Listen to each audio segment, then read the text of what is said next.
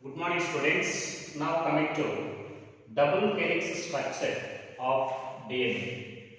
So this double helix structure of DNA is one of the best example for secondary structure of nucleic acid. Secondary structure. This is one of the secondary structure of nucleic acid. Double helix model was proposed by scientist Watson and Crick. Watson and Crick. So, double helix structure proposed by Watson and Crick. It is very simple but famous structure that explains the structure and base pairing of DNA. According to this double helix structure of Watson and Crick, it is represented by two strands of polynucleotides. Two strands of polynucleotides are there, and these two strands they are arranged in anti-parallel to each other. That is opposite polarity. Opposite polarity is there. What is opposite polarity? Opposite polarity means one strand it is from 5' relation to 3' relation. At the same time, another one, this is 5' relation to 3' relation in opposite direction. Such arrangement of this polynucleotide strands is called opposite polarity. Okay. For example, this is the DNA. Two strands are there. One is from 5' relation to 3' relation in downward direction. Other one is 5' relation to 3' relation in upward direction.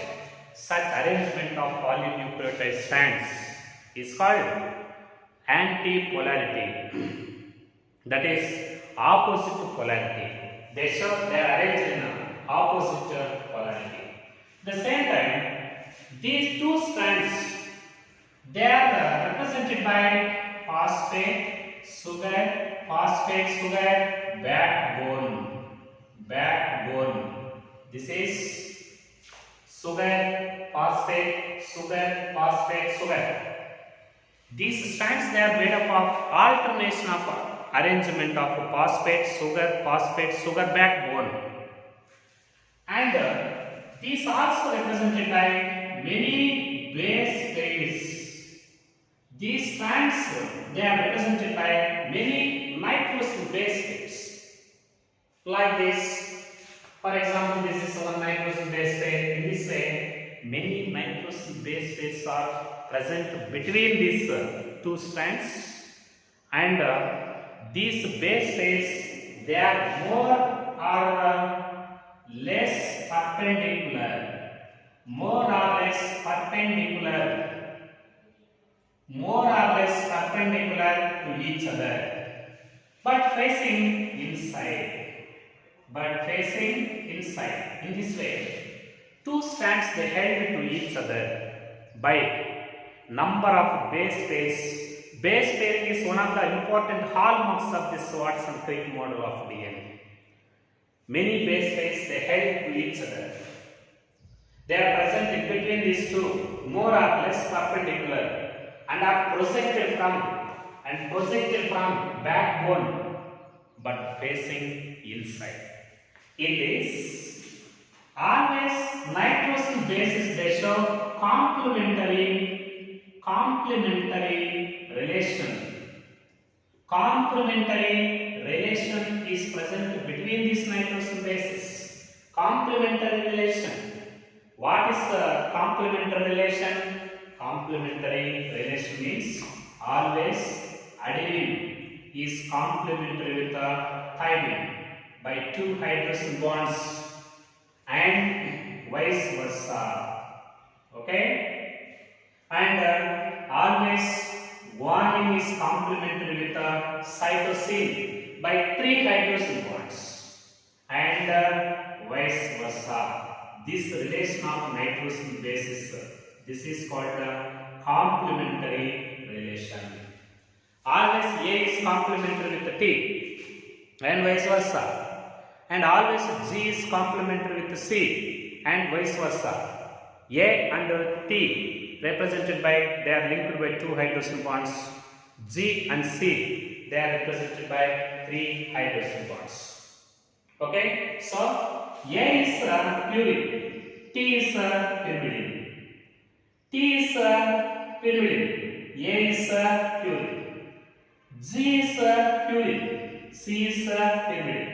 Means always purine is present in one strand linked with the pyrimidines of the opposite strand.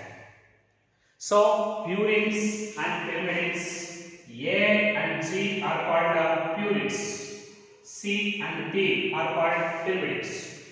Always A is complementary with T, A is purine and complementary with the pyrimidine T, and purine G is complementary with C. So purines and pyrimidines, they are now complementary in relation. The purines of one strand linked with the pyrimidines of the next strand. Such relation is called a complementary relation. This is called complementary relation. At the same time, these type of two strands, the two polynucleotide strands of DNA, they are spirally coiled to each other, leading to the formation of many turns. This is a small minor groove. This is a minor groove, and this is a major groove. Major groove. So the two strands, they are spirally coiled to each other in right-handed fashion. That is the B type of DNA. Due to the spiral arrangement of two strands in a DNA, it leads to the formation of several turns, also called coils, and also called helix. In this way, due to the spiral arrangement of these two strands of DNA, it leads to the formation of several coils, and the diameter of DNA, this is diameter of DNA is 20 angstroms, that is 2 nanometers. But the length of each coil, so the length of each coil, this is represented by 34 angstroms, that is 3.4 nanometers. 3.4 nanometers. In this way, due to the spiral arrangement of DNA strands, it leads to the formation of several turns. Each turn, it is represented by some amount of nitrogen bases. Now coming to the measurements in a DNA molecule, very, very important. Length of DNA, okay, total length of DNA, it is uncertain. Length of DNA is uncertain. It is based on the number of nitrogen bases, or it is based on the number of nucleotide bases or base pairs. Greater the number of base pairs in a DNA, greater the length of such DNA. So, length of DNA is uncertain. It is mainly based on the number of nucleotides or the number of base pairs. At the same time, diameter of DNA.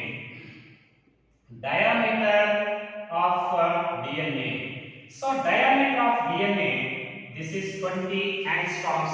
This is diameter, 20 angstroms. That is 2 nanometers. That is diameter. Diameter is constant for DNA molecule, but length is unconstant. That is uncertain. Now coming to another one, the information for coil, one coil, length of each coil, that is 34 angstroms, that is 3.4 nanometers. Okay, and each coil, it is represented by 10 base pairs. Number of base pairs. Okay, number of base pairs, that is 10 base pairs. 10 base pairs are there. What about the number of nucleotides? Number of nucleotides is equal to 20. That is equal to 10 into 2 base pairs. 20 nucleotides are there. Okay. At the same time, length between base pair. Length between base pair. Very important. Length between base pair. For example, total coil length is 34 angstroms. There are 10 base pairs in equal distance. 34 divided by 10, that is equal to length between the successive base pair, that is 3.4 angstroms, that is 0.34 nanometers. So, length of coil is 34 angstroms. Each coil is represented by 10 base pairs in equal length. So, 34 divided by 10 is equal to 3.4 angstroms. That is the length between two successive base pairs. Okay. At the same time, total angle of coil. Angle of coil. Total angle of coil, that is 360 degrees.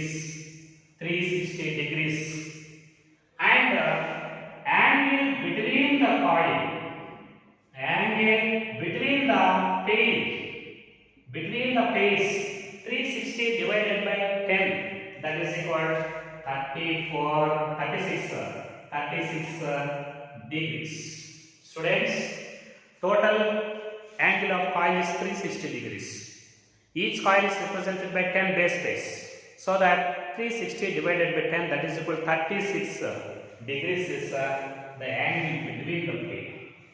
At the same time, you know the total number of purines present in one coil. Students, every coil is represented by 10 nucleotides. In DNA molecule, always purines are equal to the number of pyrimids. Purines and pyrimids, they exist 1:1 ratio. Total 20 nucleotides are there. 10 purines. Purines means adenine and guanine. Similarly, total number of pyrimids. Pyrimids are also equal to the number of purines. That is 10. That is C and T, both constitute purines. At the same time, you know the total number of CN rings. Total number of CN rings means each purine is represented by 2 CN rings. Each pyrimidine is represented by 1 CN ring. Purine with 2 CN rings, pyrimidine with 1 CN ring. So that 10 purines are there. 10 into 2, 20. 10 pyrimidines are there. 10 into 1, 10. 20 plus 10, 30. Total CN rings are 30. That is equal 20 in purines and 10 in pyrimidines. Total number of CN rings 30. Similarly, the minimum number of hydroxyl bonds per coil, that is 20. Minimum number is 20. For example, there are 10 base pairs in each coil. For example, if these 10 base pairs, if they are in A and T, it gives the minimum number. 2 hydrogen bonds are present in between A and T pair. For example, 10 base, they are represented by A and T in any DNA molecule. That represents the minimum number of hydrogen bonds. That is equal to 10 into 2, 20. And what about maximum number of H bonds? Maximum number of H bonds It is 30. If it is in case of 10 pairs of G and C. GC, they are linked by 3 hydrogen bonds. If the 10 base pairs of a coil is represented by G and C, it gives the maximum number, that is equal to 30. Minimum number is 20 and maximum number is 30. Similarly, number of ester bonds, number of ester bonds, that is equal to 40, that is equal to 38, because 2n minus 2n minus 2, n is equal to nucleotides. Okay, 2n is equal to 40, n is equal to nucleotides. So each coil is represented by 20 nucleotides. 2n means 2 into 20, 40 minus 2, 38 ester bonds are there. At the same time, number of glycosidic bonds. Glycosidic bonds means the bond present between nitrogen base and sugar is called glycosidic bond. In 20 nucleotides, 20 sugars and 20 nitrogen bases are there, equal to n. That is equal to n. N means 20, equal to n. That is glycosidic bonds. And what is the number of phosphodiester bonds?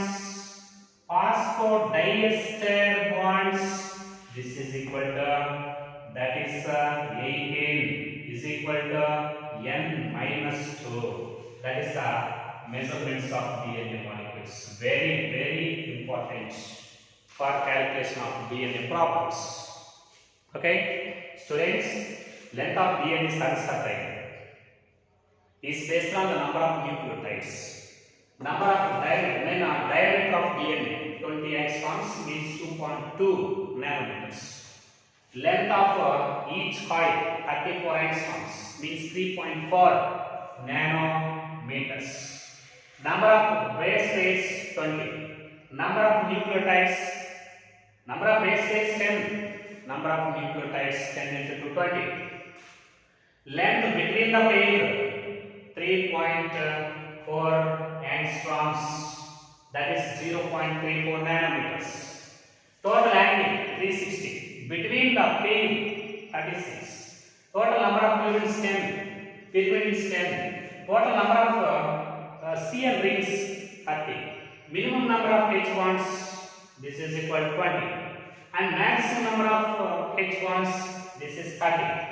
Number of ester bonds 38 to n minus 2, and the number of glycosidic bonds 20 is equal to n. Here n is equal to number of nucleotides, that is 20. Number of phosphodiester bonds, this is 18. 18 means n minus 2.